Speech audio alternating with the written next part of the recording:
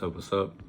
So, I was just getting ready to start this devotion, but I believe God was just kind of really put on something on me, and I was in Exodus 39, and I've been in the book of Exodus for just because I'm just going through the whole Bible from the beginning to the end. And there's a scripture that stuck out to me, and it says this. It says, they made 2 other gold rings and put them on the 2 shoulder rings, on the 2 shoulder straps underneath the ephod toward its front, right at the seam above the intricately woven band of the ephod. Right? So God was tying things together, but in that word intricately, it means it was so detailed and it was complicated. And so just by that scripture, God just related that to all of us, like how we are. We're so complicated and so detailed of how God made us to be. All of us are detailed in our own way, and the way God uses us is different than everyone else. God uses His people in different ways, and we can see that just through the gifts God's given us, just through the places that we've been through, and I believe God put that on me because He was showing me that in this season of being obedient, and in the season of pressing in, and in the season of dwelling in the secret place, that as we're in that secret place, we're going to keep on being detailed every single day. And God's going to continue just to tie things together and bound things together, right? So in this passage, it's talking about the robe, it's talking about the ephod, and it's talking about the breastplate. So it's 3 layers. First is the robe, next is the ephod, and next is the breastplate. But some things on the ephod were done so intricately and so detailed so that the breastplate wouldn't fall. So there's things that God's doing in you, and there's things that God's doing through you, so that other pieces of someone else's life won't fall, right? Because we're a body, right? And all these things, they're on the body, right?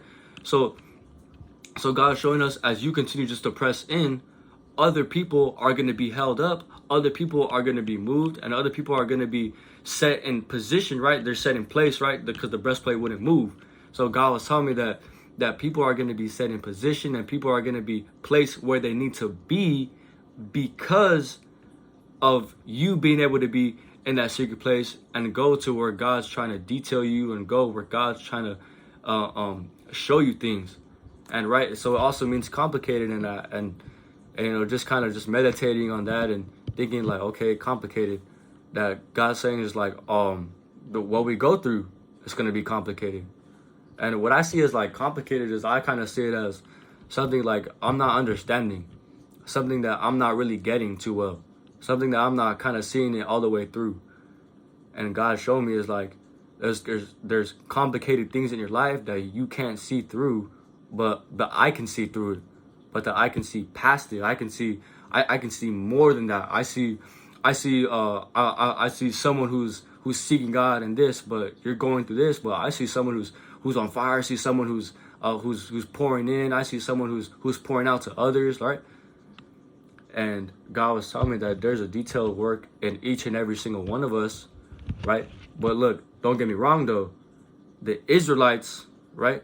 No, not the Israelites, my bad.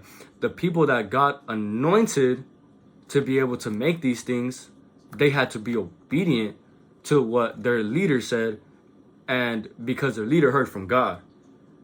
So in reality, we have to be obedient to what God's telling us to do, so that the work He wants can be done. Right? Us going to Pennsylvania, we have to be obedient, we have to be in position, we have to be aligned, we have to know that we're the light, we have to be in reverence, we have to be submitted, we have to be in order, right? All these things, right? Just relating to all my brothers' devotionals, we have to be in order, and we have to be like aligned with God, because if not, then the work He wants to do out there in Pennsylvania won't happen, right? And I know, like I think it was Drew or Ralph Sawyer was talking about like the weakest link. We're only as strong as our weakest link. And it's like, that's why God's trying to do a detailed work in each and every single one of us to strengthen us and to continue to mold us in areas. And right, and you know, you go to a car detailer, right, and they start detailing your car. They start adding little things, and you're like, hey, dang, like that looks cool right there. Like, I like that little design on the side, right? And God's trying to do that on us, to where that outward appearance of the ephod, of the breastplate, will be shown through us. And that's kind of like God doing the detail in us on the inside, and on the outside it's showing. Like, dang, I like that person's joy, or I don't know, just that person, like, just the way he speaks, and just the way he really talks about God, the compassion he has, the just the love he has, like, man, just how cool he is to be around. Like, this guy's not religious, right? That's God's detailing on us, detailing us so that others can visualize it.